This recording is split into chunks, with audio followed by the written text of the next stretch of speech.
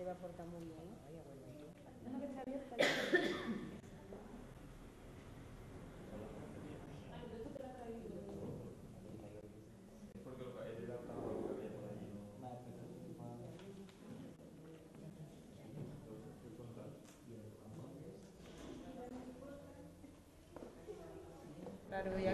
Bueno, pues esta es una actividad que viene organizada y participamos las 3 asociaciones que estamos aquí presentes, AFCAL, ADA y AFADoñana. Y bueno, es una jornada que está englobada dentro del proyecto Ciencia en su segunda edición y bueno, y es Ciencia, Salud, Alzheimer y Diabetes, va relacionado con estos temas. ¿Y qué pretendéis conseguir hoy aquí? Bueno, pues pretendemos, por una parte, concienciar a la población, difundir el trabajo que se está realizando para ayudar en las familias que padecen este tipo de enfermedades y bueno, difundirlo, hacerlo llegar a la ciudadanía y bueno, darle el mensaje de que estamos aquí, estamos trabajando y que bueno, que aquí estamos para lo que haga falta en los familiares que se encuentren con algún caso de los que hemos mencionado anteriormente. Muchas gracias. Gracias a ti. Y soy la presidenta de la Asociación de Diabéticos del Monte y nada, es un placer estar aquí hoy con esta convivencia y demás para todas las personas que puedan colaborar, colaboraremos nosotros en lo que podamos, también ayudar y demás. ¿Es importante este tipo de jornada, la organización de este tipo de actividades? Pues sí, la verdad es que sí, porque todo lo que sea información es buenísimo para toda la gente. ¿Y está concienciado en concreto? Bueno, te hablo del almonteño porque nos encontramos en Almonte, pero la sociedad en general está concienciada. No, sobre todo la diabetes por lo menos no. Hay muchísima gente con diabetes y información poquita y ayuda. Nosotros estamos para lo que queramos, para lo que ellos quieran, pero ayuda nada, vamos. Y si por ejemplo tienen alguna duda, supongo que pueden acudir a la Claro, pueden acudir a la asociación, evidentemente. y pues, solucionar Todo el problema y ayuda en común la reciben de nosotros. Sí, además en una jornada de convivencia en el cual además de esta convivencia va a salir un convenio, ¿vale? Porque ya saben que nos tienen a nosotros. Y tened en cuenta que cada vez que hablamos de ciencia intentamos tirar de lo local. Y ya os digo que esta mesa es genuinamente almonteña y nada tiene que desprestigiar, porque siempre tendemos a buscar la excelencia afuera. Y ya te voy adelantando que esta mesa tiene mucho que envidiarle a Y darnos una pequeña pincelada sobre qué vaya a hablar. Bueno, el compañero ahora mismo es doctor en medicina, ¿vale? El compañero va a abordar la comorbilidad de Alzheimer y diabetes. Yo en mi caso voy a hablar de los sistemas neuronales que están dañadas en esa reprogramación del olvido. Luego tenemos a un doctor que va a exponer esa cara amable de cuando viene un paciente, qué es lo que recibe. Luego la va a acompañar, le va a coger el testigo Rocío, que Rocío va a hablar de cómo es el acompañamiento en esos familiares y qué protocolo es lo que se utiliza para por lo menos darle acompañamiento, Y por último un testimonio de una persona que ha vivido la enfermedad dentro de su casa, ¿vale? Y da ese mensaje positivo de, bueno, es una enfermedad que sabéis que va aumentando conforme va aumentando el tiempo, pero que se pueda paliar con muchísimo cariño, y el cariño lo va a poner en este caso ese familiar que además es muy joven. Para terminar con no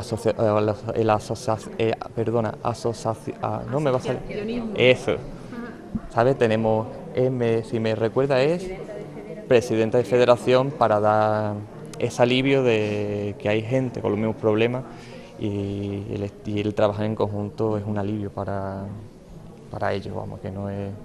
Está bien un poquito reivindicar eso, en que están ahí, están para apoyarlos, y creo que es necesario que la población sepa que hay asociaciones de Alzheimer, asociaciones de diabetes, y una asociación que vela porque no están solos, y vivir esta enfermedad acompañado reconforta mucho más que vivirlo solo en casa. Vale, ya lo último, más o menos, ¿cómo va este proyecto de ciencia que ya fue, no sé, la tercera edición, ¿no? Bueno, el proyecto Ciencia, vamos ya por la segunda edición, ¿vale? Y esto lo engloba Una serie de actividades, pero muchas más grandes. Ten en cuenta que aquí está representada Obra Social La Caixa, los dos institutos, tanto el IES Doñana como el IES La Ribera, está la Asociación Astronómica Pérez Mercader, estamos nosotros, también está, si no recuerdo más, la Asociación de Guías de Doñana, la ASEO. Esto es un conjunto, esto es una realidad mucho más grande y lo que estamos dando aquí es una pincelada en este caso dedicada al Alzheimer, a la diabetes y a la divulgación en ciencia y divulgación en salud. Muchísimas gracias a vosotros.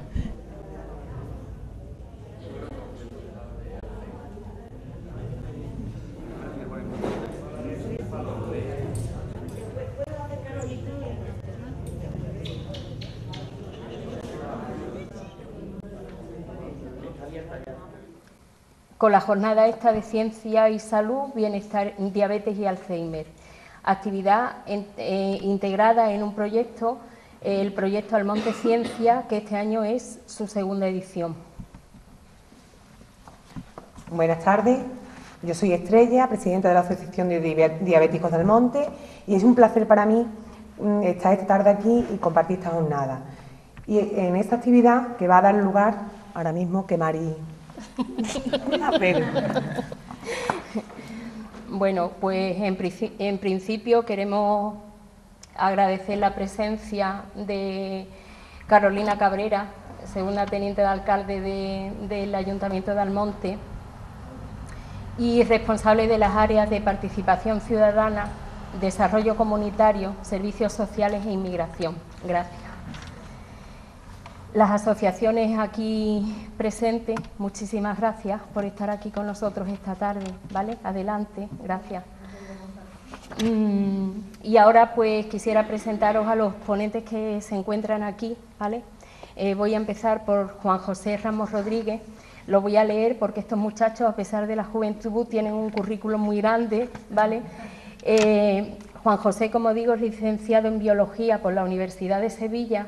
Tiene un máster de Biomedicina por la Universidad de Cádiz, un máster de Profesorado por la Universidad de Cádiz y doctor en Ciencias de la Salud. Bienvenido y gracias. Francisco José Pérez Díaz, licenciado en Biología por la Universidad de Sevilla, máster de Estudios Avanzados en Cerebro y Conducta por la Universidad de Sevilla, y estudiante predoctoral en Psicología. Gracias también por venir. Gracias. Miguel Albarrán Núñez, a continuación, que es licenciado en Medicina, especialista en Medicina Familiar y Comunitaria, máster en Emergencias y Catástrofes, experto en Ventilación Mecánica y experto en Terapias Antitrombóticas. Gracias también por estar aquí esta tarde. A continuación, Rocío González Trigueros, licenciada en Psicología por la Universidad de Granada, máster en Avances en Psicología Clínica y de la Salud, Evaluación y Tratamiento Psicológico por la Universidad de Granada y máster en Sexología y de la Salud por la Fundación Amara de Sevilla. Gracias, Rocío, por estar aquí también con nosotros. Alejandro Martín Audén, un joven de nuestra playa de Matalascañas, de aquí de Almonte, claro, estudiante de grado de Ingeniería e Informática. ¿Vale? Gracias por estar aquí con nosotros. Y, por último, nuestra presidenta de la Federación de AFAS de Huelva, persona incansable, luchadora, un ejemplo a seguir para nosotros, de verdad, y con una larga trayectoria en Alzheimer. Y bueno, Rocío, como verás, tenemos una mesa aquí de científicos, clínicos y terapeutas con un excelente currículum, como estás viendo, y con incluso algunos con reconocimiento internacional, y que creo que va a ser una jornada que nos va a merecer la pena. Muchísimas gracias a todos por estar aquí. Y ya nada, nosotras nos retiramos y que sean ellos los que continúen, ¿vale? Muchísimas gracias.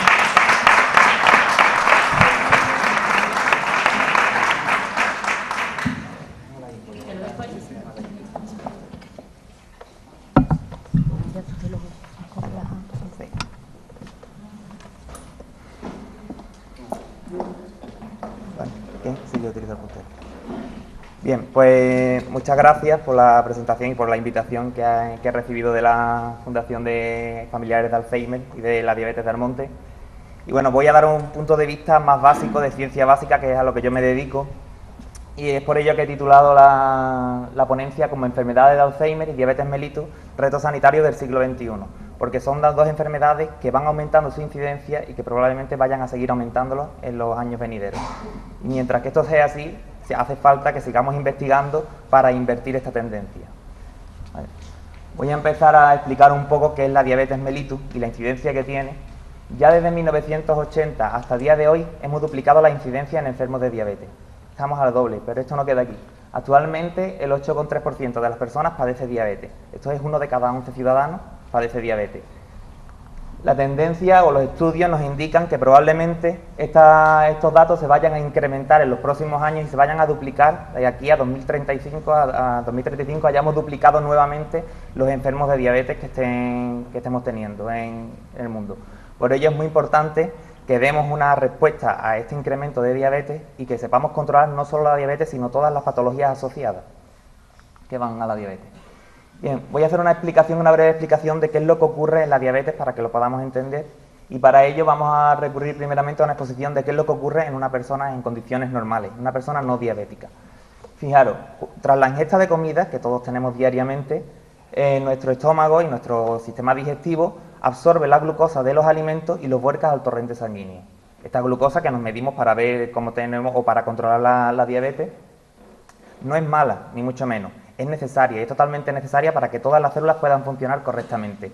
¿Qué es lo que ocurre? Esta glucosa que he representado aquí con estos simbolitos en rojo no puede entrar directamente en las células para permitir que éstas puedan trabajar correctamente. Requieren de la ayuda de la insulina, que es que la he puesto aquí como una llave. La he puesto como una llave porque esta insulina que es producida por el páncreas es la que va a ayudar a la glucosa a que ésta entre dentro de las células, para que ésta pueda ejercer su función correctamente.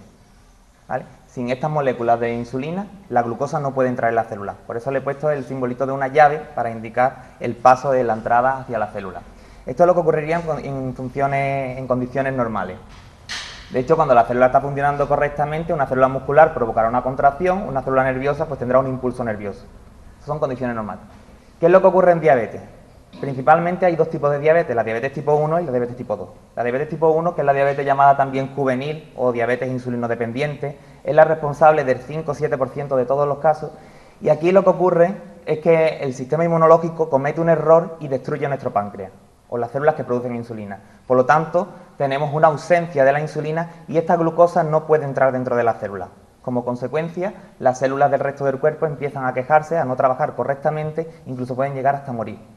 En este caso, lo único que tenemos que hacer, o lo que se hace actualmente, es añadir esa insulina que no podemos producir, añadirla artificialmente, mediante la administración que todos conocéis que tienen los diabéticos. En la diabetes tipo 2 lo que ocurre es muy diferente. Lo que ocurre es que la diabetes tipo 2 es la responsable de más del 90% de los casos de diabetes, es la más abundante, y suele ocurrir a edades más avanzadas, en torno a los 40-50 años, y está relacionada con unas conductas alimenticias y hábitos deportivos escasos, ¿vale? Conductas sedentarias. En este caso lo que ocurre es que la insulina deja de funcionar correctamente, y cuando antes hacía, y lo que ocurre es que nuestro páncreas empieza cada vez a producir más insulina, más y más insulina, para reponer esa falta de funcionabilidad que tiene la insulina. Donde antes hacía falta una sola molécula de insulina para que la glucosa entrara a las células, ahora hacen falta 2, posteriormente harán falta 3 moléculas, posteriormente 4, cada vez se incrementa la cantidad de insulina que requiere el cuerpo para permitir la entrada de la glucosa dentro de las células. A este fenómeno, en el que el páncreas está compensando esta falta de funcionabilidad de la insulina, se le llama prediabetes. ¿Vale? Tenemos una elevación de la insulina que consigue controlar, aquí está en rojo, los niveles de glucosa. A este fenómeno de prediabetes le estamos prestando mucha atención en los últimos años porque es una etapa que puede durar hasta incluso 10 años, pero que es totalmente revertible. Con un cambio de dieta, un incremento de la actividad física, podemos revertir esta situación a una situación control, sin que llegue a debutar la diabetes. Si esta situación se prolonga en el tiempo, lo que va a ocurrir es que nuestro páncreas empieza a degenerarse y empiezan a morir las células del páncreas, debutando ya así la diabetes. Y una vez que tenemos la diabetes ya no es posible revertirla. Lo único que podemos hacer es tratarla, pero no es posible revertirla. Los últimos estudios nos indican que 1 de cada 3 mayores de 20 años se encuentra en un estado de prediabetes. pero solo el 11% lo sabe. Es probable que todos los que estamos aquí, un tercio de la población que estamos aquí, tengamos prediabetes y no lo sabemos, ¿vale? Y es algo en lo que estamos intentando hacer mucho hincapié, porque es una situación que es totalmente reversible, simplemente con un cambio de hábito de vida o incluso tomando una simple pastillita como es la metformina, que es muy utilizada. Bien, por otro lado tenemos las demencias, que también son el otro factor de riesgo, la otra enfermedad que, como comentábamos, serían las epidemias del siglo XXI. Y una demencia se define como la incapacidad de recordar o la incapacidad mental para llevar a cabo nuestra vida cotidiana de una forma normal. Cuando tenemos lapsos de memoria, que tenemos todos diariamente, pero nos permiten llevar la vida sin mayores inconvenientes, no hay problema. Pero cuando esto se repite y se vuelve cada vez más asiduo, ya es cuando decimos que se está declarando una demencia. La demencia, el principal factor de riesgo que hay para todos los tipos de demencia es la edad. Conforme vamos envejeciendo, mayor va siendo la probabilidad de desarrollar una demencia. No es fácil ver, como al principio, la pantalla se ve muy mal, lo siento, en 1900 la edad media de la población mundial era de unos 35 años. Aquí había pocos casos de demencia, pero a día de hoy la población vive más de 80 años de media. Por lo tanto, la incidencia se ha multiplicado. De hecho, cada 3 segundos se diagnostica un nuevo caso de demencia en el mundo. En lo que va a durar esta charla, estimo que se diagnosticarán unas 200 a 300 demencias en todo el mundo. Solo 10 minutos. Bien, con estos datos no es difícil pensar que en 2050 habremos alcanzado la cifra de 150 millones de personas con demencia en el mundo, lo que viene siendo más de 3 veces la población de España. Bien, ¿son todas las demencias iguales? No, existen diferentes tipos de demencia. La principal causa de demencia es el Alzheimer, seguido de la demencia vascular y de otras que tienen menos relevancia. Como veis, los rangos 50-75 son bastante amplios y esto se debe a que no podemos diagnosticar el Alzheimer clínicamente e inequívocamente. Podemos decir, tiene una demencia tipo Alzheimer, pero solo podemos ratificar esta que es Alzheimer una vez que el paciente ha muerto y hacemos un estudio post-mortem. Bien, veréis, ¿qué es lo que está ocurriendo en el cerebro con Alzheimer? Aquí tenemos un ejemplo de un cerebro sano en el que hay una neurona, que son las células que están en nuestro cerebro, que están muy ramificadas. Cuanto más ramificada está la neurona, más conectada está con el resto de las neuronas y mejor puede llevar a cabo sus funciones. Es decir, un exceso de ramificación o una mayor ramificación se asocia con un buen estado cerebral. ¿Qué es lo que ocurre en la enfermedad de Alzheimer? Lo que ocurre es que aparecen estas placas, que se llaman placas seniles, que son placas tóxicas y van a provocar que las neuronas empiecen a morir. ¿Cómo? Primeramente van a hacer que estas neuronas cada vez estén menos ramificadas y hasta que finalmente quedan desconectadas del resto de las neuronas y acaban muriendo. Es lo que se conoce ya como el proceso de atrofia cerebral, que como veis aquí el cerebro sano y el cerebro con Alzheimer que ya está atrofiado, tiene una pérdida de masa por la muerte de neuronas que está sufriendo. Aquí había una imagen, pero no se ve claramente, en la que se ve una placa senil y cómo la neurona va retrayendo sus prolongaciones, lo que pasa es que no se ve correctamente. Bien, ¿qué es lo que está ocurriendo en la enfermedad de Alzheimer? Mirad, aquí tenemos un cerebro de un paciente sano y aquí el de un paciente con Alzheimer ya terminal en los últimos estadios de la enfermedad. ¿Qué es lo que ocurre? El Alzheimer a día de hoy se está diagnosticando en esta fase en la que ya el cerebro tiene una gran atrofia, tiene ya una gran muerte neuronal. ¿Por qué? Porque antes, justamente en el Alzheimer preclínico, que puede durar de entre 15 a 10 años, puede haber una fase en la que estamos desarrollando Alzheimer y no tenemos a día de hoy forma de diagnosticarlo, están empezando a acumularse estas placas que comentábamos anteriormente, las placas seniles, que son tóxicas y van a estar matando nuestras neuronas. Van a estar matándolas durante 10 y 15 años de una forma silenciosa y no tenemos la capacidad de identificar que esto está ocurriendo. Cuando empezamos a notar la pérdida de memoria en los pacientes, ya estamos con una pérdida neuronal muy grande que es imposible revertir. No podemos hacer que sobrevivan estas neuronas. Entonces, nuestros objetivos ahora mismo están enfocados en diagnosticar un estadio precoz del Alzheimer para poder tratarlo. En modelos animales que tenemos en el laboratorio lo hemos tratado y estimamos que con los fármacos actuales, podríamos reducir la aparición del Alzheimer unos 10 a 15 años. ¿Qué es lo que ocurre? Que no sabemos cuándo las personas están empezando a desarrollar la enfermedad.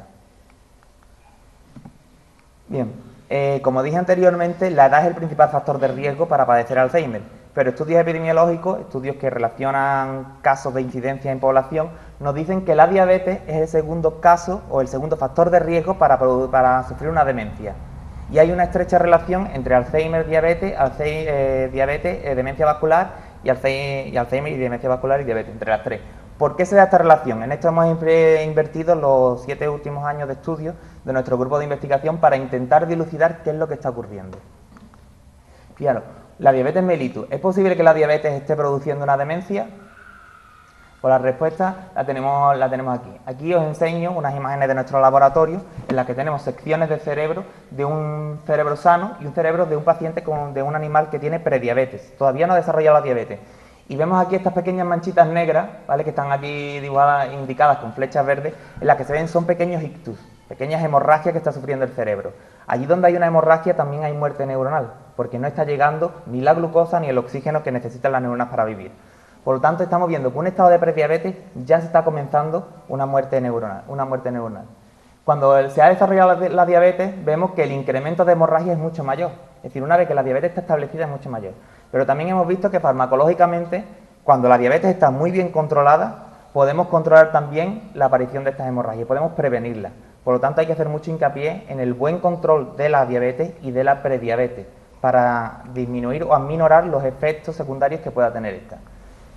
Esto que estamos viendo aquí es la patología clásica de la demencia vascular, que como dijimos anteriormente era la segunda causa más frecuente de demencia, en la que se produce un daño en los vasos sanguíneos y que va a llevar a un deterioro cognitivo también, conocido como demencia vascular.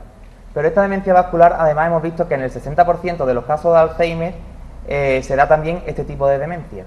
Exactamente, no podemos hablar de un Alzheimer puro, sino que siempre estamos hablando de varios tipos de demencia que pueden estar concomitando, pueden estar conviviendo en la misma persona.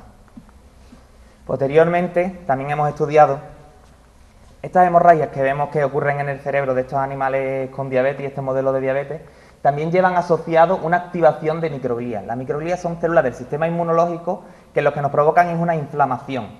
Por lo tanto, íbamos a estudiar cómo de inflamado estaba el cerebro en nuestros modelos animales. Hemos podido ver que en el cerebro con prediabetes había una activación de estas microglías, por lo tanto estamos viendo que simplemente el hecho de padecer una prediabetes estaba provocando una inflamación en el cerebro, que era mucho más grave cuando ya habíamos desarrollado la diabetes. Sin embargo, nuevamente vemos que farmacológicamente, con los tratamientos convencionales que tenemos hoy en día en hospitales y farmacias, podemos controlar esta inflamación y podemos revertirla. Por lo tanto, volvemos a hacer incidencia en la importancia del buen control de la diabetes para evitar esta inflamación del cerebro. Bien, anteriormente estuvimos diciendo que una neurona muy ramificada y muy bien conectada era una neurona que estaba funcionando bien. Como podréis imaginar, el hecho de que haya muchas hemorragias en el cerebro y que haya una inflamación en el cerebro no son condiciones que vayan a favorecer el buen funcionamiento de la neurona. Por lo tanto, nosotros también hemos estudiado en modelos combinados de Alzheimer y diabetes cómo de abundantes son estas conexiones. Aquí, incrementando el tamaño, vemos que cada puntito de estos que observáis aquí sería una conexión entre dos neuronas. En una inmunohistoquímica de fluorescencia, aquí veis puntitos rojos, cada puntito rojo que se observan en la imagen sería una conexión entre dos células. Cuantas más conexiones haya, mejor estaría el cerebro, cuantos menos, peor estaría el cerebro. Aquí vemos como en un cerebro sano son muy abundantes, en un cerebro prediabético ya esta densidad de conexiones va disminuyendo y disminuye aún más en las conexiones en el caso de los enfermos con diabetes. Pero ¿qué está ocurriendo en los casos de Alzheimer? Los casos de Alzheimer, donde aparecen estas placas seniles, que eran neurotóxicas, como estuvimos hablando anteriormente, podemos ver cómo la cantidad de sinapsis o la cantidad de puntitos rojos que representan las conexiones entre neuronas va disminuyendo conforme nos vamos acercando a las placas que son neurotóxicas. Pero ¿qué ocurre cuando convive la prediabetes con el Alzheimer? Que esta disminución es mucho más drástica. Y además las placas seniles suelen ser más grandes y más abundantes. Por lo tanto, vamos viendo cómo la prediabetes también induce a una aceleración de la enfermedad de Alzheimer, que es mucho más grave aún cuando ya tenemos la diabetes bien establecida. Podemos ver como cerca de las placas, en las condiciones de diabetes, prácticamente no hay ninguna conexión, porque ya prácticamente todas las neuronas que están cerca de esas placas han muerto, ¿vale? Por lo tanto, la diabetes es un factor que acelera el proceso del Alzheimer. Bien, como conclusiones de esta pequeña, lo que he expuesto brevemente de nuestro estudio, podemos decir que los casos de prediabetes y diabetes van a producir un daño vascular en el cerebro y una inflamación cerebral. Todo ello va a producir una situación de estrés para las neuronas que van a conllevar a la muerte y al desarrollo de una demencia. Bien, ¿cuáles son los retos que nos quedan ahora mismo por establecer? Pues bien, la enfermedad de Alzheimer no cuenta con un diagnóstico clínico precoz, evidente y certero. Por lo tanto, tenemos que seguir investigando cómo podemos diagnosticar el Alzheimer precozmente para tratarlo cuanto antes y evitar que esta progresión llegue a los estadios en lo que lo estamos tratando a día de hoy, en el que ya la muerte neuronal es muy abundante. Por otro lado, es necesario diagnosticar a la población de prediabética. Solo el 11% de estos prediabéticos está diagnosticado. Es importante diagnosticarlo, tratarlo y evitar que sigan la evolución y que entren en diabetes, porque una vez que entramos en diabetes ya el proceso es irreversible. Sin embargo, mientras que estamos en prediabetes podemos revertirlo. Y bueno, también tenemos que decir que un buen control de la diabetes es fundamental para reducir los efectos secundarios en todo el organismo, así como el riesgo de padecer una demencia.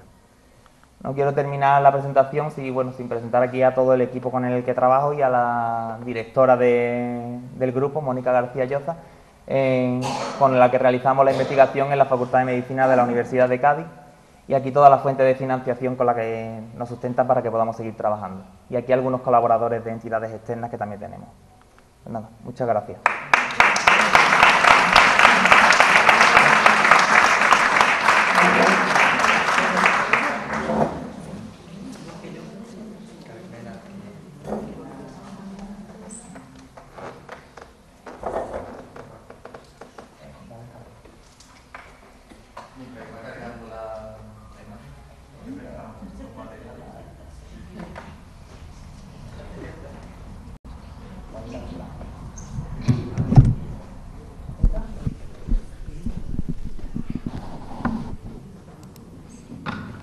Toma, ¿quieres el punto?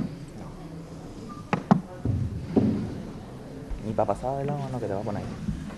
¿Dónde está el pie? Bueno, prestarme aquel micrófono, por favor.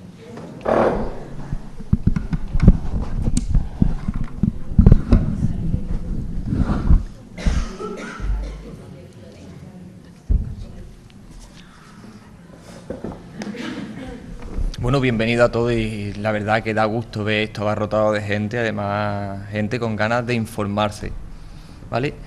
Yo voy a hablar de otro tema, porque aunque compartimos los dos que estamos en el área de básica, ¿vale? Lo mío está muy sesgado a los procesos de aprendizaje, y si hablamos de aprendizaje hablamos del olvido, y si hablamos de olvido hablamos de Alzheimer. Pero es que Alzheimer tiene una peculiaridad que no tiene el resto de demencia.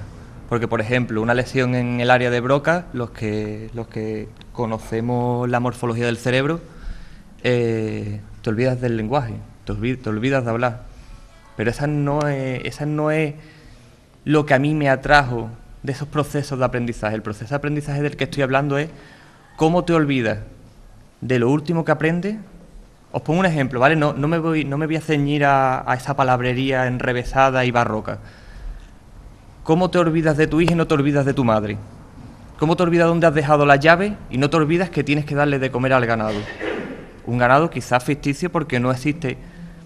¿Cómo olvidas lo último que aprendes? Pues ahí es donde está mi metodología y en lo cual está versado mi tesis. En desgranar cuáles son los módulos cerebrales que controlan el aprendizaje desde que aprendemos en una primera instancia, desde que nos viene la información hasta que lo consolidamos, ¿vale? Y si mi metodología de investigación va en pos de saber cómo aprendemos, Alzheimer forma parte de una riqueza a nivel de investigación, el cual me gustaría desgranar. Y conozco las bases, porque conozco muy bien el cerebro, pero no a nivel de cerebro humano. Si os fijáis, él antes planteó una estrategia, que es la estrategia de los modelos animales, ¿vale? Yo me ciño a una disciplina que es la psicología comparada, que es, os lo explico, es muy fácil. Yo datifico las características del enfermo en humano, ¿vale? Planteo toda una serie de actividades, esas características las hago patente en un animal, estudio al animal, refino la técnica, me sirvo del sustrato neuronal que tiene el animal en la cabeza para dar explicación a las preguntas que queremos responder ahora mismo, que es ¿por qué el Alzheimer? ¿Y por qué el Alzheimer actúa de una manera tan ritualística y el Alzheimer es tan seriada? Siempre se olvida lo último que se aprende, perdonadme. Os he dado por ahí varios cortes cerebrales, ¿verdad? Pásalo para atrás porque yo me voy a servir de este. Y si os fijáis, cerebro de rata y cerebro humano poseen la misma morfología. El cerebro de rata es plano, ¿vale? El humano, como estamos erguidos, se gira, ¿vale? Pero conserva la misma morfología. Si conserva la misma morfología, lo lógico es que conserve las mismas funciones. Y ya os lo digo, las funciones del cerebro de rata y las funciones del cerebro de humano son muy parecidas. Pues sirviéndome de un cerebro de rata, os puedo decir cómo incide la enfermedad del Alzheimer a nivel anatómico. Lo primero, el Alzheimer, no se sabe por qué, cómo y de qué manera, empieza a través de la corteza entorrinal. Si me levantas, tienes por ahí el cerebro, ¿vale? Dentro, ¿vale? La enfermedad empieza por aquí, se pasa... Bueno, cuando está en la corteza entorrinal, antes lo dijo, no hay unos efectos... Es asintomático, no hay unos efectos evidentes. Quizás algo de carácter, una apatía, pero a nivel médico es asintomático. Es cuando empezamos a subir por la parte interna del cerebro, cuando vamos a hipocampos y ganglios basales, cuando empezamos con los problemas de orientación, ¿vale? La navegación espacial se hace. Las personas con Alzheimer se suelen perder, suelen olvidar dónde se dejan, por ejemplo, las llaves, ¿vale? Luego en esta parte que es los ganglios basales, hay unas estructuras que se encargan de lo que os he dicho antes, del procesamiento, de los dos procesamientos que os he dicho, porque el procesamiento de un aprendizaje momentáneo o algo que se ha creado un hábito va por diferentes áreas. Esa es mi metodología de estudio, ¿vale? Porque lo que aprendes de primera va por una parte, lo que aprendes de segunda, y si alguna de las dos está lesionada, emerge la siguiente. Pues como yo se lo sé, yo os explico que la primera parte que se empieza a lesionar es el medial. Lesionado ese estriado, recuerda la historia, pero no recuerda lo último que te ocurrió. Recuerda, ves en una cara familiar a tu hermana siendo tu hija, porque tú recuerdas la historia, no recuerdas en el momento que estás ahora mismo. Y una vez que pasamos la frontera límbica, pasamos al neocorte, y ya habéis visto, ya os ha adelantado el compañero, creo que va a volver a incidir Miguel. Empezamos con que los ventrículos se ensachan, el hipocampo, que lo he mentado antes, se hace más estrechito, la corteza prefrontal, bueno, la corteza en general se reduce, pero eso ya estamos hablando de un estadio muy severo, ¿vale? Pero sí quiero que entendáis que igual que se está investigando la comorbilidad, la relación que hay entre Alzheimer, diabetes y otro tipo de enfermedades, yo y mi equipo específicamente estamos dedicados en cuerpo y alma de reconocer los canales por el cual se aprende, cómo se aprende y de qué manera, ¿vale? Si hablamos de aprendizaje, vuelvo a repetir, hablamos de olvido, si hablamos de olvido, hablamos de demencia, si hablamos de demencia, hablamos de Alzheimer. Y para nosotros Alzheimer es nuestra herramienta de trabajo. ¿Habéis entendido el tema? Pues nada, le doy paso a mi compañero Miguel.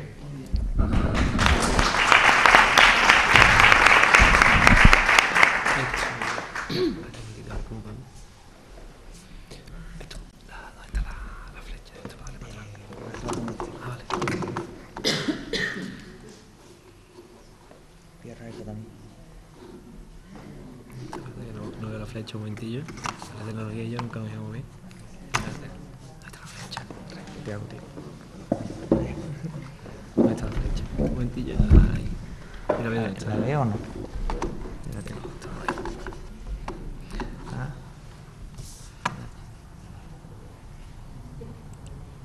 ¿Y cuál es la tuya? ¿Esta? Esa ahí va.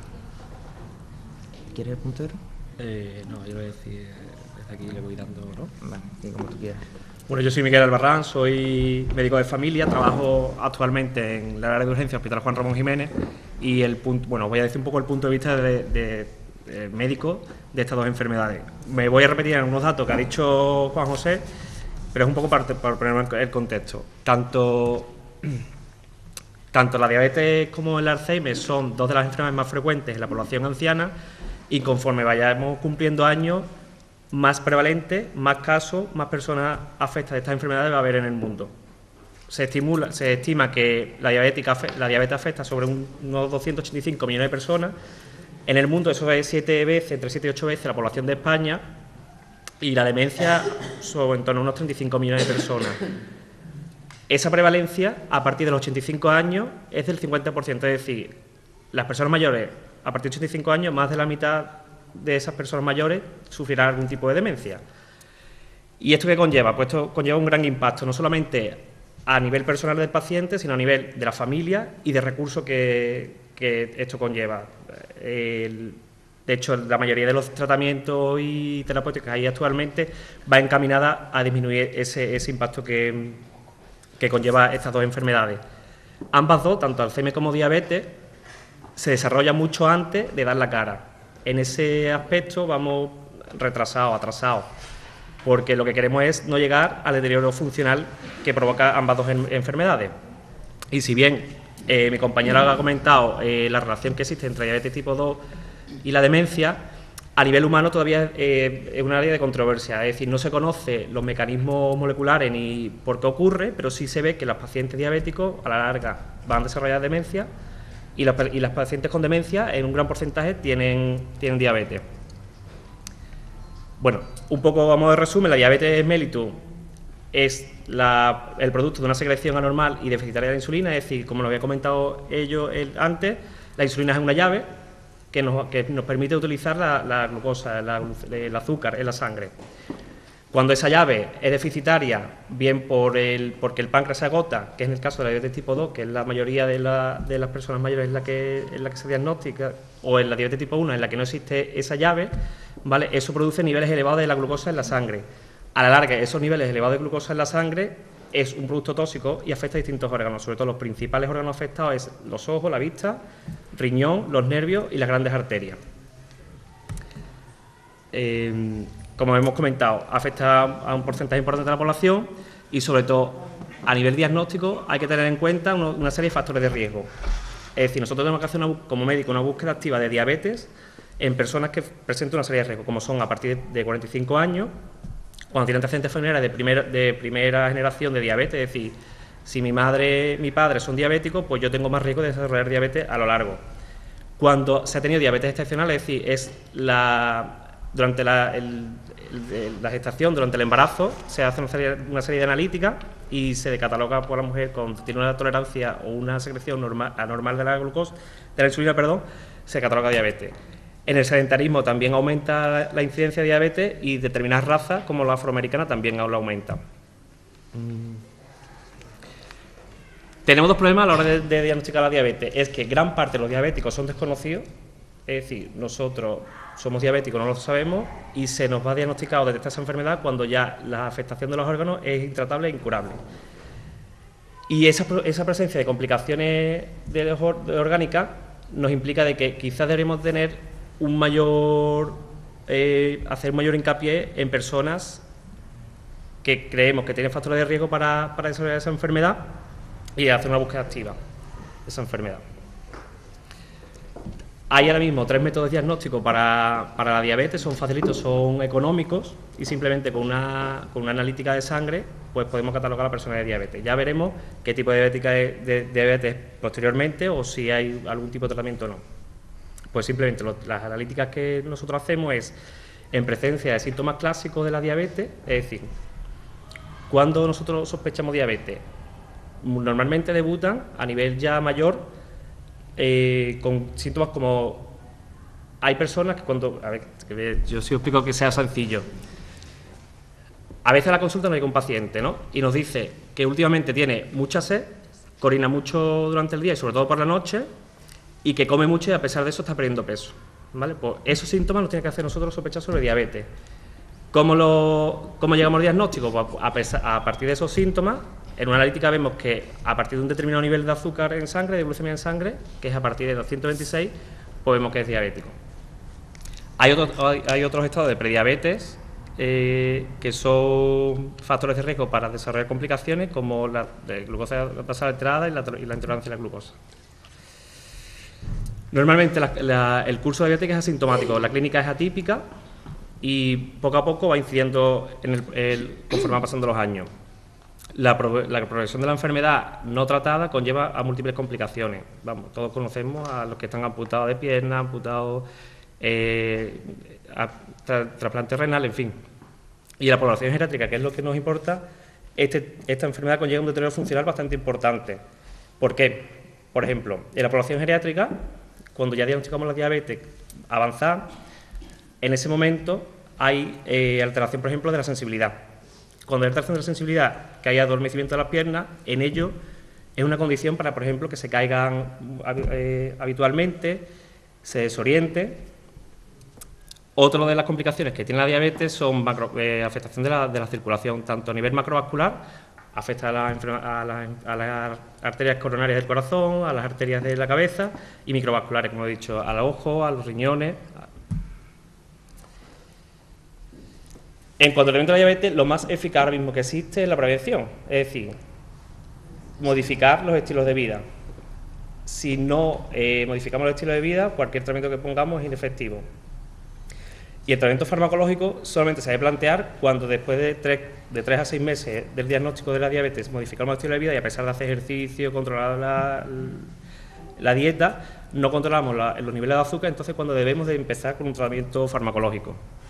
Existe un importante arsenal terapéutico, millones de pastillas, que bueno, que nos viene un poco al caso. Y eso, junto con el estilo de vida, el control, pues nos hace controlar este azúcar. Las demencias en las personas mayores. La demencia no es más que un síndrome que conlleva un deterioro progresivo de las funciones cognitivas, es decir, las funciones superiores de las personas, como el pensamiento, la memoria, el lenguaje, y esto conlleva una incapacidad funcional de la propia persona y el funcionamiento social y profesional en la población. La mayoría de las veces es adquirido, no hay causa genética, un pequeño porcentaje se la tiene, y se caracteriza por presentar síntomas cognitivos, como deterioro del pensamiento, de la memoria, como no cognitivo, es decir, síntomas psiquiátricos. Es muy típico de estas personas por tener una apatía, una dejadez, que se agiten, y muchas veces se confunde con los trastornos depresivos. Afecta un 15% de las personas mayores de 65 años y, como hemos comentado, puede ser causado por diversas enfermedades. Entre los factores de riesgo, la principal es la edad. Se incrementa la incidencia por cada 5 años que se cumple a partir de 65 años, los casos de demencia se incrementan. El sexo femenino también es un factor de riesgo para las demencias y otro tipo de factores, también los ambientales, como la dieta, el ejercicio, actividad mental, consumo de tóxicos. Como hemos hablado antes, las demencias existen de distintos tipos. Primarias o degenerativas, no se sabe la causa cuál es. En ellas se engloba enfermedad de Alzheimer, enfermedad de Parkinson, Corea, demencias vasculares, que son secundarias a una disminución del riesgo sanguíneo de la cabeza.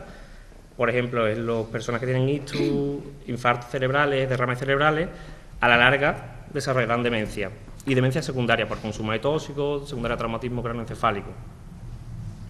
Las demencias generativas primarias, como hemos comentado, se desconoce la causa y las características principales es que es una afectación precoz de la memoria. Inicialmente afecta a la memoria más reciente y a la larga afectará a la memoria más tardía. Supone un deterioro múltiple y progresivo de las funciones superiores.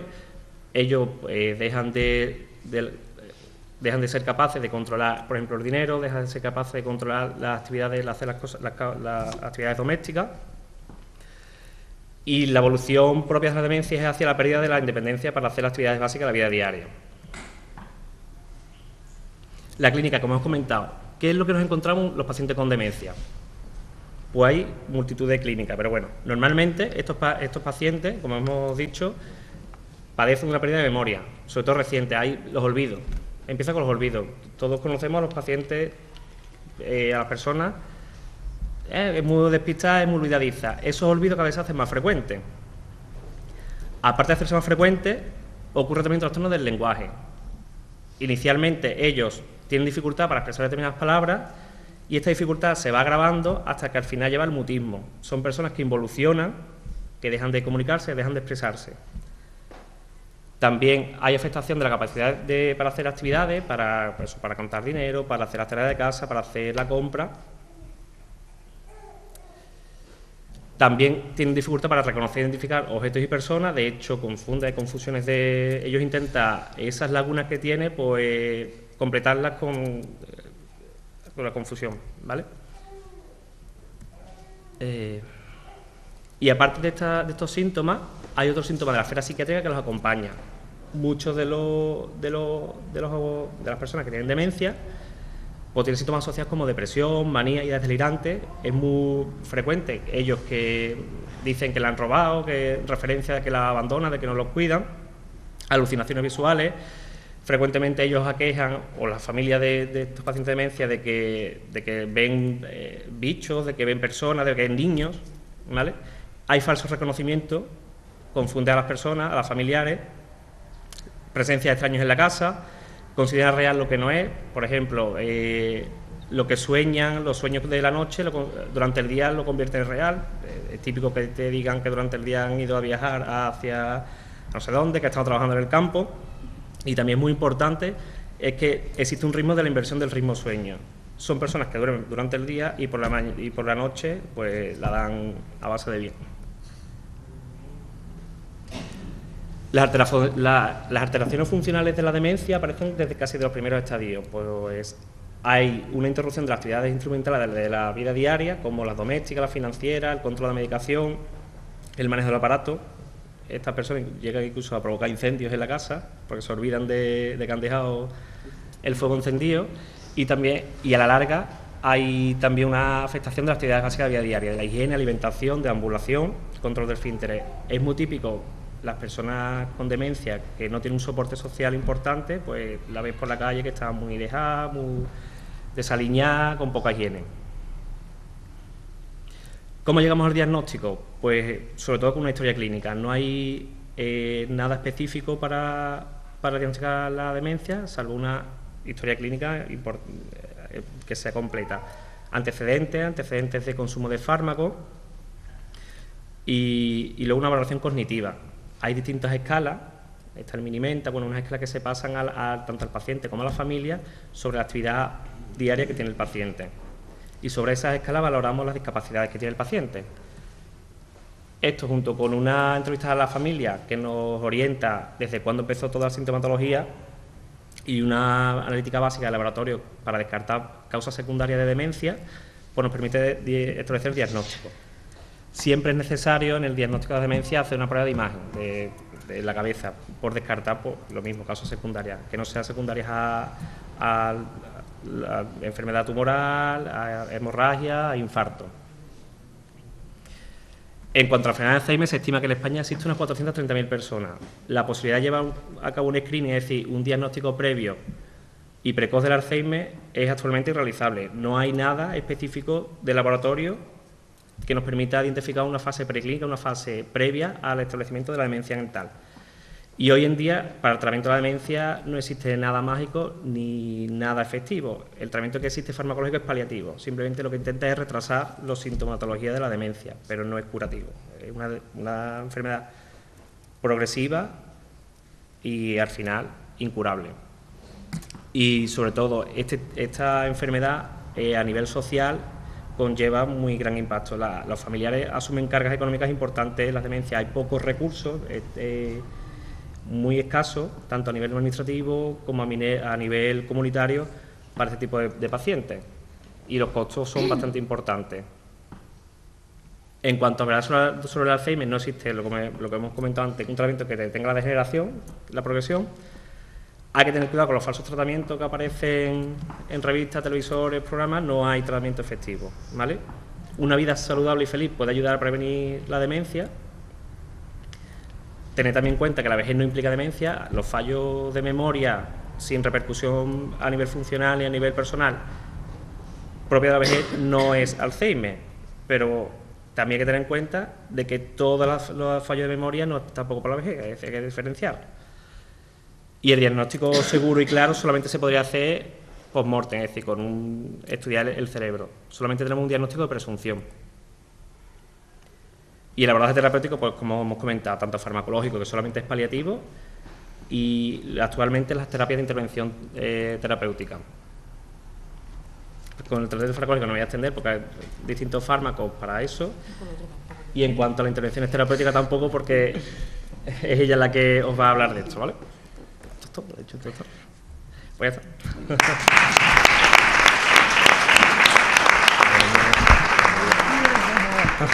Tiene la boca seca, ¿eh? Vamos allá. Vale. Ya se ha escapado nada, porque lo tienes tú. Estaba moviéndolo para. Pero esto espérate, porque esto la flecha no te la reconoce, ¿no? Pero esto sí, ¿no?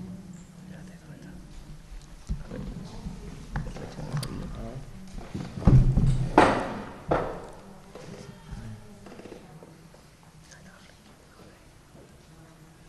La tuya es esta, ¿no? ¿Cómo vais? Después del doctor. Yo hablo muy rápido y muy alto, con lo cual os voy a despertar todo. Os voy a dejar bien preparadito para el resto. Bueno, ¿Quieres ir para allá pasando? ¿Le va dando aquí va pasando? ahí va pasando, ¿no? Vale. Un resumen de lo que han dicho ellos, porque ya prácticamente han adelantado un poco el terreno. Yo voy a hablar de demencias porque no estoy en diabetes y no controlo mucho del tema. Entonces tenemos que las demencias son trastornos cerebrales irreversibles que ocurren de forma gradual por diferentes motivos, ya han explicado algunos, bioquímicos, metabólicos, vasculares, estructurales, y todas al final acaban produciendo pérdidas de las funciones cognitivas, cambios conductuales y de la personalidad y alteraciones funcionales. ¿Vale? Tenemos tres grandes grupos sintomatológicos: los cognitivos, los funcionales y los neuropsiquiátricos. Y una vez que ya desde atención primaria y desde los servicios especializados le han puesto un diagnóstico, o incluso antes, cuando ya nos llegan a nosotros, lo primero que tenemos que hacer es evaluar todo ese conjunto de síntomas para ver en qué nivel está cada cosa, ¿vale? Tenemos que ver cómo tienen de afectadas las funciones cognitivas, qué alteraciones funcionales hay ya, si es que las hay, y ya un poquito más adelante suelen pasar también qué alteraciones neuropsiquiátricas, emocionales y conductuales hay.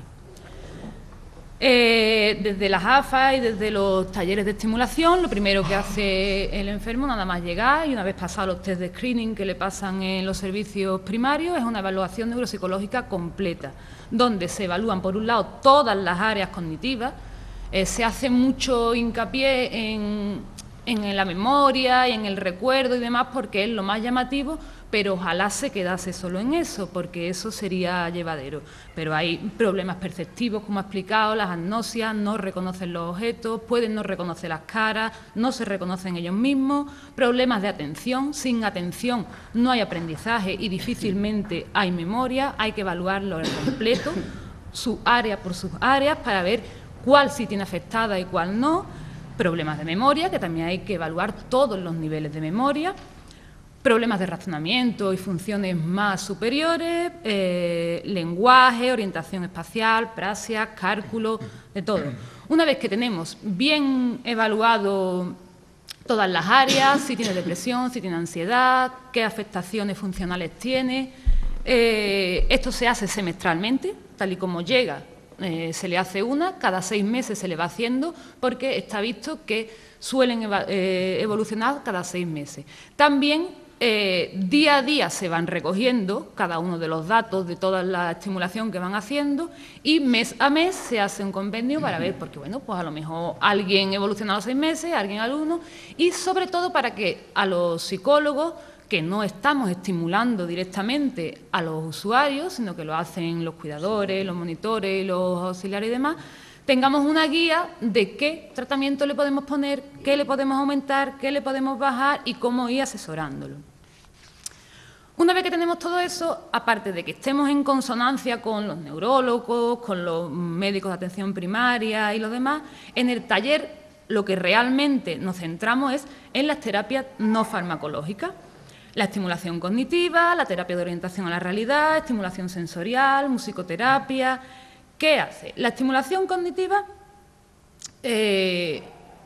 no tiene sentido hacerlo más allá de un GDS. Un GDS es la escala en la que se ve el deterioro global de la persona. Va por números, ¿no? 1, 2, 3, 4. Nosotros nos suelen llegar en torno al 3 o al 4, aunque lo suyo sería que no llegasen en el 1 o sin GDS todavía, porque, como bien nos ha explicado, es cuando algo se podría hacer. Nos suele llegar en torno al 2, al 3 o así. No tiene sentido que se haga estimulación cognitiva más allá del 3 o el 4, porque ya las bases en las que nos fundamentamos para que este tratamiento pueda hacer algo de efecto se han perdido. ¿En qué nos basamos con las terapias de estimulación que hacemos? En dos procesos básicos. La neuroplasticidad, que es la capacidad, como ya nos han enseñado, las neuronas tienen sus ramificaciones, sus sinapsis y demás. Una vez que una neurona muere, toda función que esa neurona hiciese se pierde. Entonces, se ha ido comprobando a lo largo del tiempo que estimulando ciertas áreas específicas, haciendo cierta serie de tareas, otras neuronas y otras sinapsis pueden ir cogiendo la función que esa neurona que ha muerto estaba haciendo en su momento. Se pueden crear nuevas sinapsis también o se pueden modificar.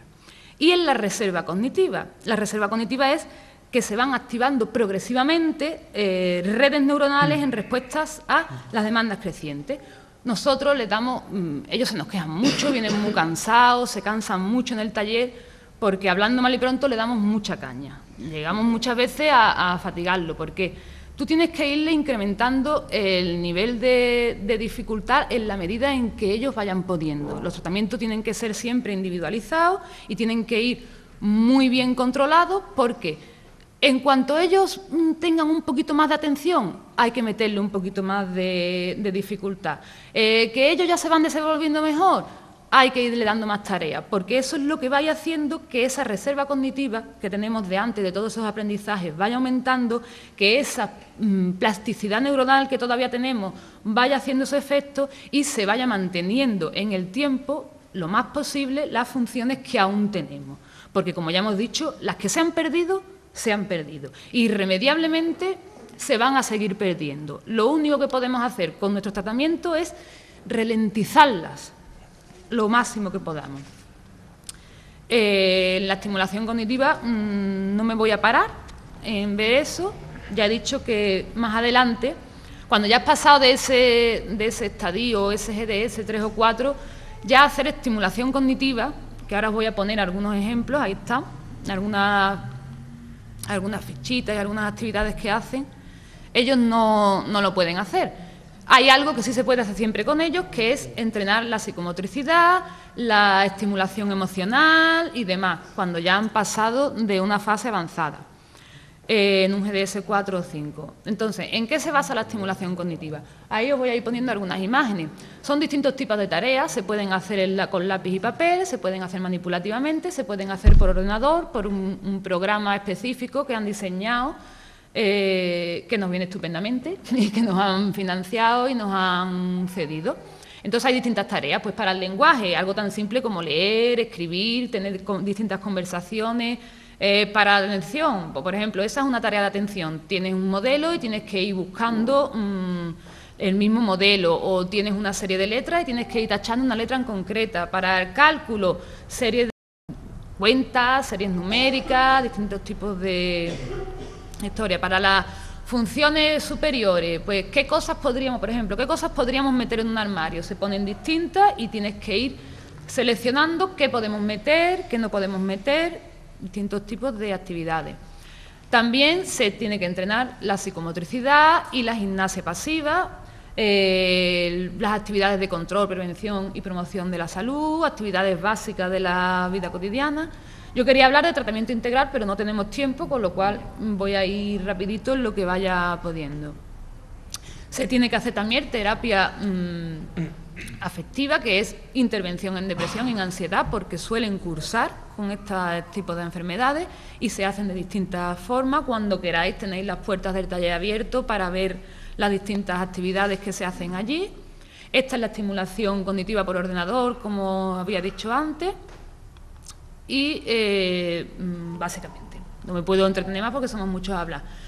El taller está abierto para que corráis la voz por ahí, que el boca a boca funciona mucho. Allí se hace una evaluación neuropsicológica completa, se hacen tratamientos individualizados, se hace tratamiento con los familiares, que son casi los más afectados por la enfermedad, porque ellos poco a poco se van alejando, se van abstrayendo, no se van dando cuenta, y son los cuidadores principales los que van sufriendo todo ese complejo de síntomas.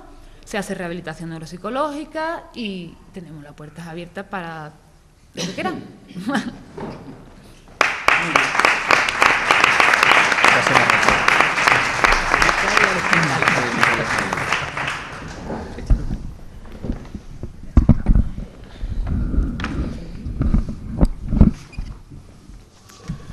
Bueno, pues no soy aquí ningún doctor en nada, ni ningún máster, ni nada, pero que les quiero traer un testimonio de una persona que ha tenido en su casa un enfermo de demencia senil desde que nació prácticamente. Realmente muchas personas compartirán, así como yo, que hayan tenido en su casa un enfermo, pero creo que verlo desde la inocencia y no entender del todo lo que estaba pasando es lo que puede marcar la diferencia. Apenas tengo recuerdo, era mi bisabuela, ella dormía en la habitación de al lado, no recuerdo muy bien, pero me contaban que ella nos mecía a mi hermana y a mí en su regazo y nos daba todo lo siempre todo lo que nos hacía falta.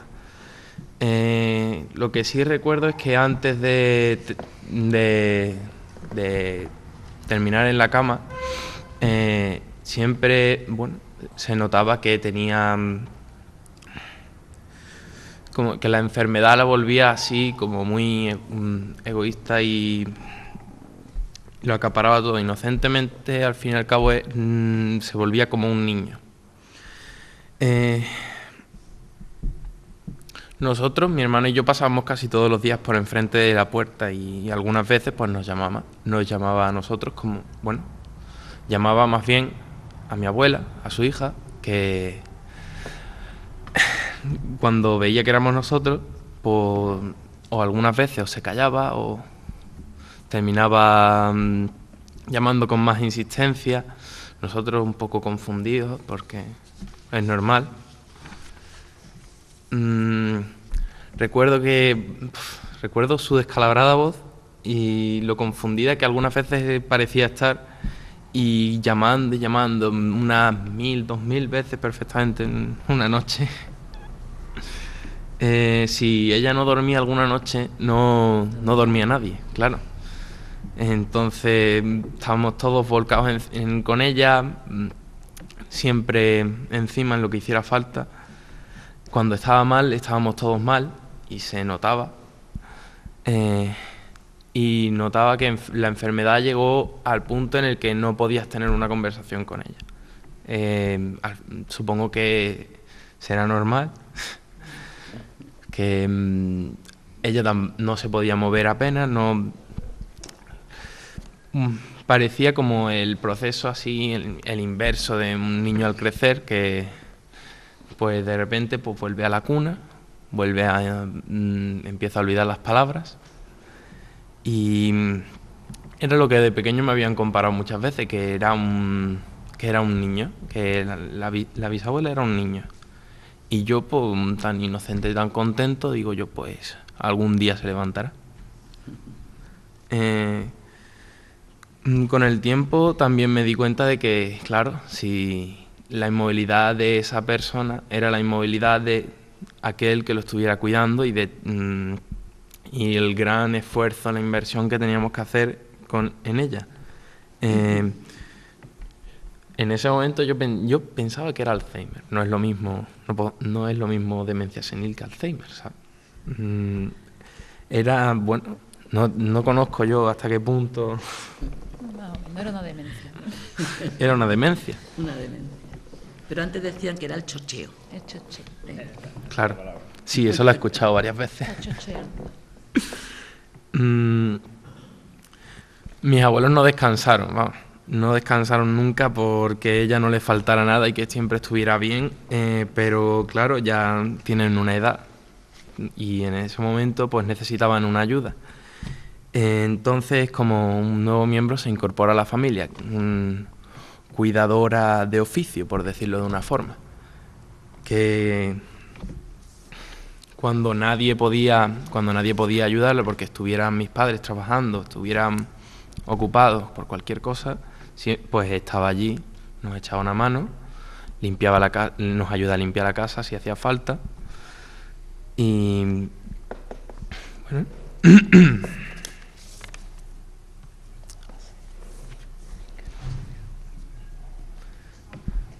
A veces, pues se pasa, pues algunas veces a mi tío, su otro hijo, lo reconocía perfectamente. A mi madre también. A mí algunas veces no. A la mayoría de los que pasaban tampoco. Bueno, pues iban a visitarlo en su mayoría y la visita se basaba únicamente en preguntarle, casi gritando en voz alta, ¿me recuerdas? ¿Me recuerdas?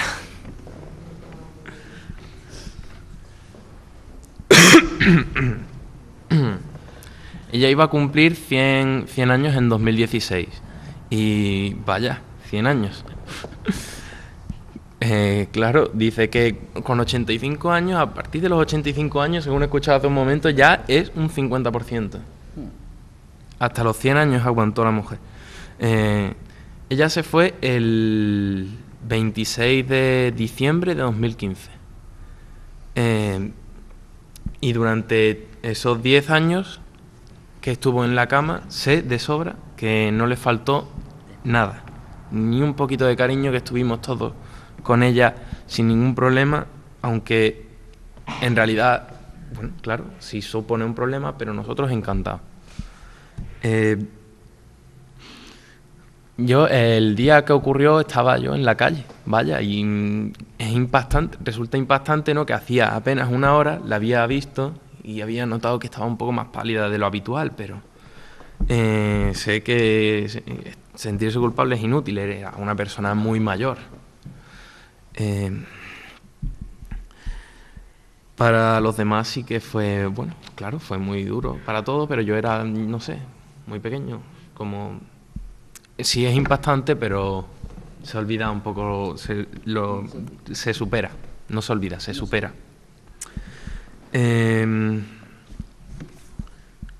Ahora sé, claro, que mi bisabuela no se fue el 26 de diciembre de 2015, ella se había ido hace tiempo, ella, aunque estuviera en la cama, su mente no podía aguantar tanto. El tiempo ha pasado, pero la familia no ha terminado la lucha. Ahora la mujer de mi otro abuelo es la que tiene Alzheimer y la diabetes está presente en muchos casos, no solo en mi familia, y en casi cualquier lado podemos encontrar que hay casos de diabetes. Claro, que no hemos terminado de luchar, que seguiremos apoyando tanto a la investigación como en casa, en todo momento, lo que haga falta, mientras pasamos todo el tiempo que les debemos desde que éramos chicos, claro. Les dedicaremos todo lo que necesiten.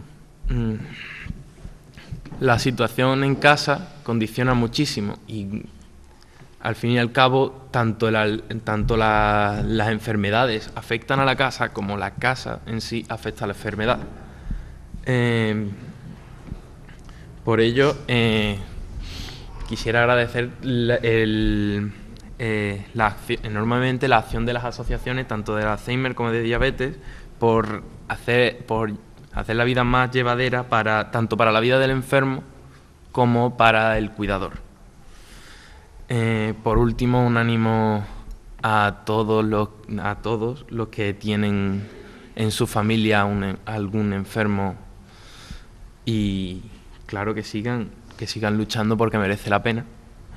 Y por mucho que se diga que la enfermedad es un peso en la familia, tenemos que estar dispuestos a afrontarlo, porque no hay peor compañera para momentos tan duros como es la soledad.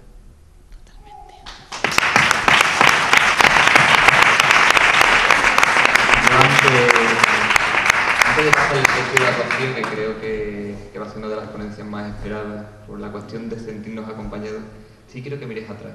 Atrás está una luchadora. Ahí está Juani. Juani y su marido Martín. Ella fue la cuidadora de Juana, su bisabuela, y yo creo que no hay mejor homenaje que reconocerle la valentía, la abnegación que tenía por esta mujer. En definitiva era su madre, pero era su madre, era una abuela, y a mí me gustaría, a modo de homenaje y en representación de ella, que le demos un aplauso a todas esas personas que han invertido en su vida.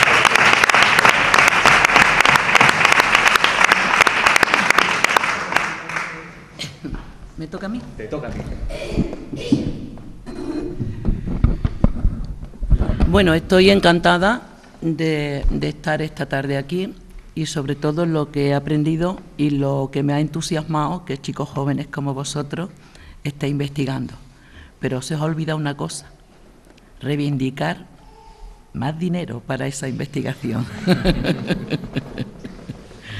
Que estamos en unos momentos que hay dinero para todo, menos para la investigación. Y vosotros estáis aquí, pero ya sabéis que muchos cerebros han tenido que ir de aquí. Y los recortes son astronómicos. El otro día lo último ya era un laboratorio privado, Pfizer. 15 años investigando y ha dejado porque por lo visto no, en 15 años no ha sacado el lógico, el rendimiento. Y bueno, estamos aquí. Y una cosa que me ha emocionado muchísimo es este chico. Porque me ha recordado a mi hijo. No era su bisabuela, era mi madre, era su abuela. Tenía 7 años y lo marcó para toda su vida. Tiene hoy 40. Y está marcado. Está marcado por una sencilla razón, de que su padre y yo trabajábamos, su abuela lo había estado cuidando, a pesar con ayuda, pero se volvió al revés. Luego él cuidaba a su abuela, porque jugaba mucho con ella al parchís, y todo lo que su abuela le enseñó, luego él lo ejecutaba con su abuela. Pero le marcó mucho, porque llegaban los niños a casa, y ella tiraba de mi hijo, y al resto lo echaba a la calle. Ella no sabía cómo se llamaba, pero sabía que era algo suyo. Y tiraba de él para adentro, y al resto lo echaba. Y es cierto también que la familia tiene que estar muy, muy, muy sólida para que no se rompa. Porque el 90% de las familias que tienen que cuidar a una persona muy distinto es cuando es la mujer que cuida al marido o el marido que cuida a la mujer.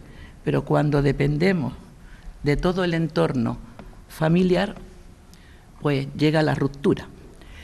Y yo tengo una frase de un cuidador de Alzheimer, hombre, joven, su mujer fue diagnosticada con 50 años, y dijo, en mi casa entró el diagnóstico Alzheimer y se rompió el timbre de mi puerta. Poca gente llamaban más, porque los amigos cuando van una vez, van 2, van 3, pero cuando lo dice una vez no puedo salir, voy ahí, va, la enfermedad va avanzando y luego no van porque me da mucha pena verla. Y es la soledad del cuidador. Y ahora vamos a centrarnos un poquito en el movimiento asociativo. La enfermedad de Alzheimer fue descubierta en 1906 por Alois Alzheimer, que era un neurólogo y un psiquiatra que lo detectó en una mujer de 51 años. 51 años en 1906 ya era una persona muy mayor. Pero no se vuelve mucho a hablar del Alzheimer, por aquello que también lo que afecta son a personas normalmente mayores, cada vez hay más personas jóvenes, y no sé si alguna vez esos vicios raros que se han tenido salgan muchos más a la luz.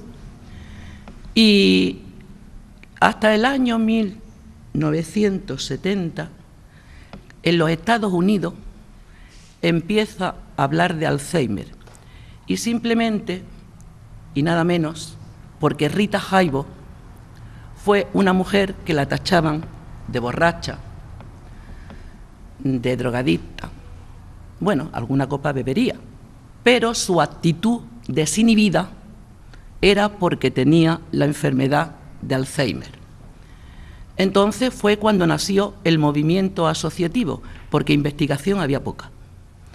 Y la enfermedad se iba diagnosticando y la familia, como he dicho antes, se ve muy sola, muy desamparada, y una enfermedad en aquello entonces muy desconocida, aunque fíjese los años que lleva, que se descubrió.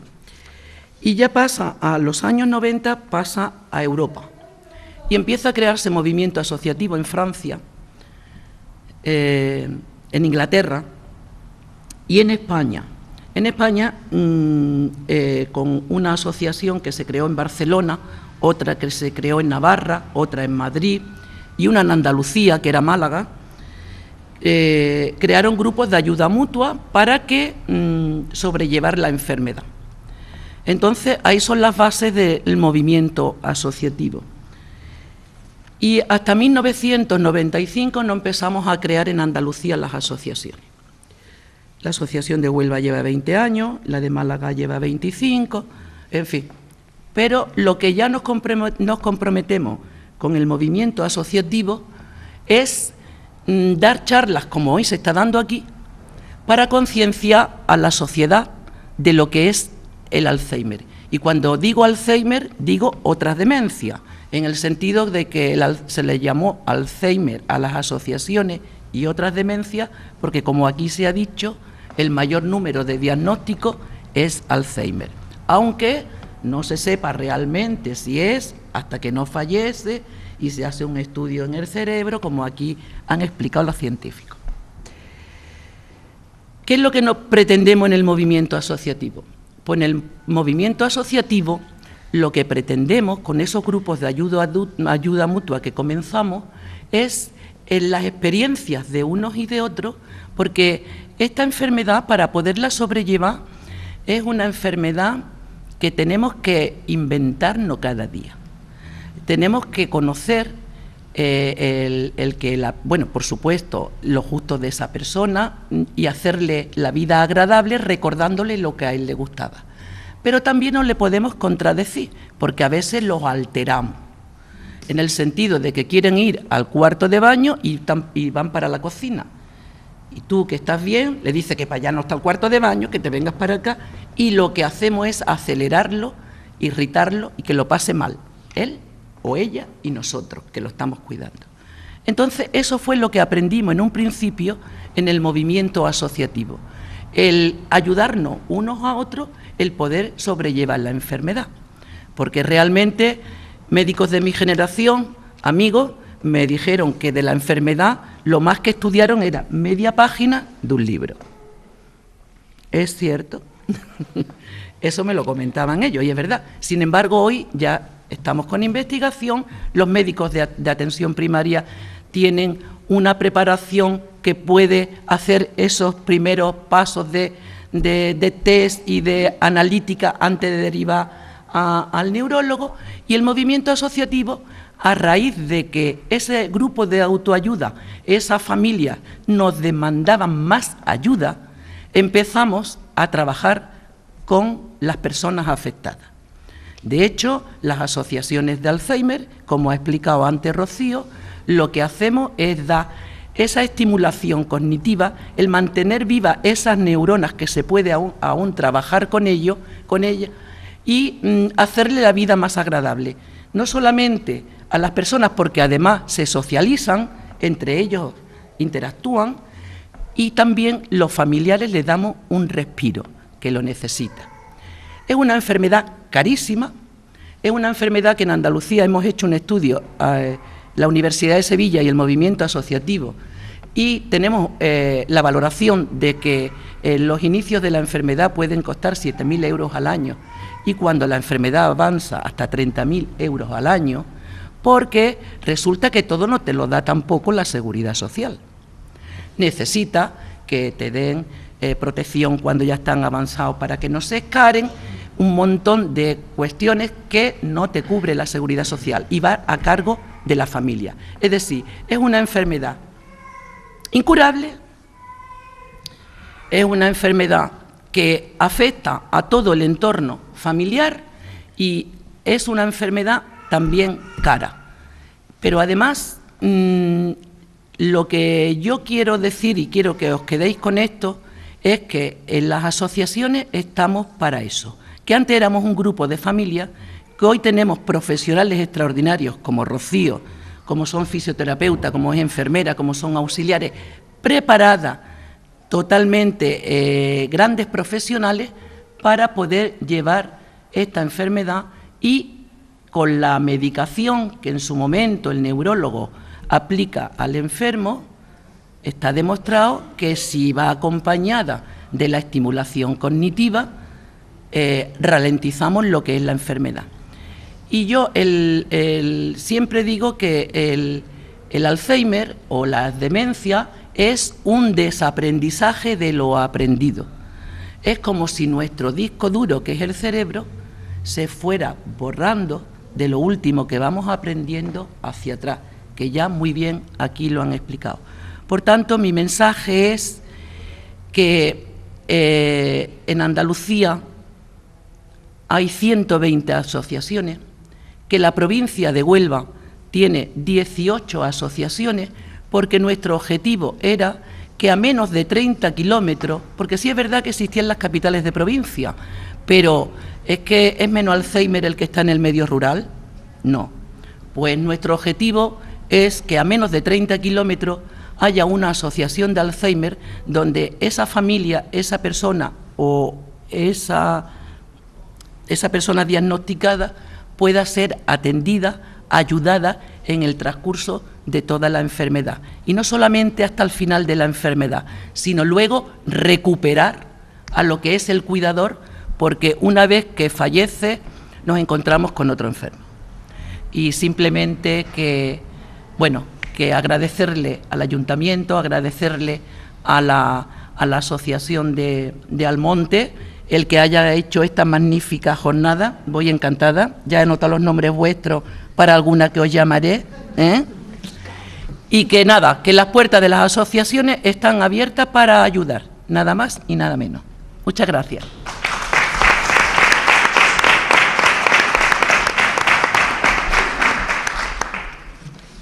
Está, ¿no? Bueno, y para terminar, vamos a dar en este marco, que yo creo que es un marco incomparable, donde está una convivencia, asociaciones, investigación, clínica.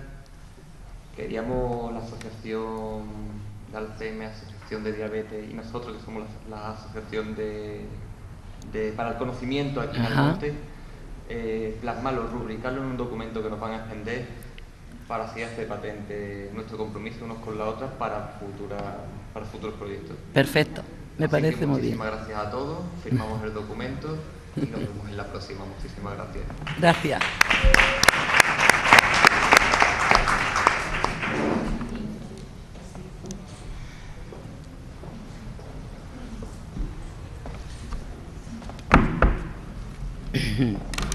Me ha recordado a mi hijo. ¿Qué hijo? Si viene otra vez, tiene que meterle caña al pueblo de Almonte. No colabora, es tan súper. Lo vas a transmitir, ¿no?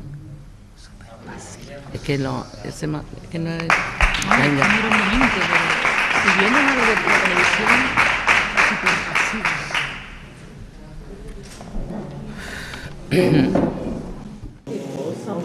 ¿Quién la habría hecho posible?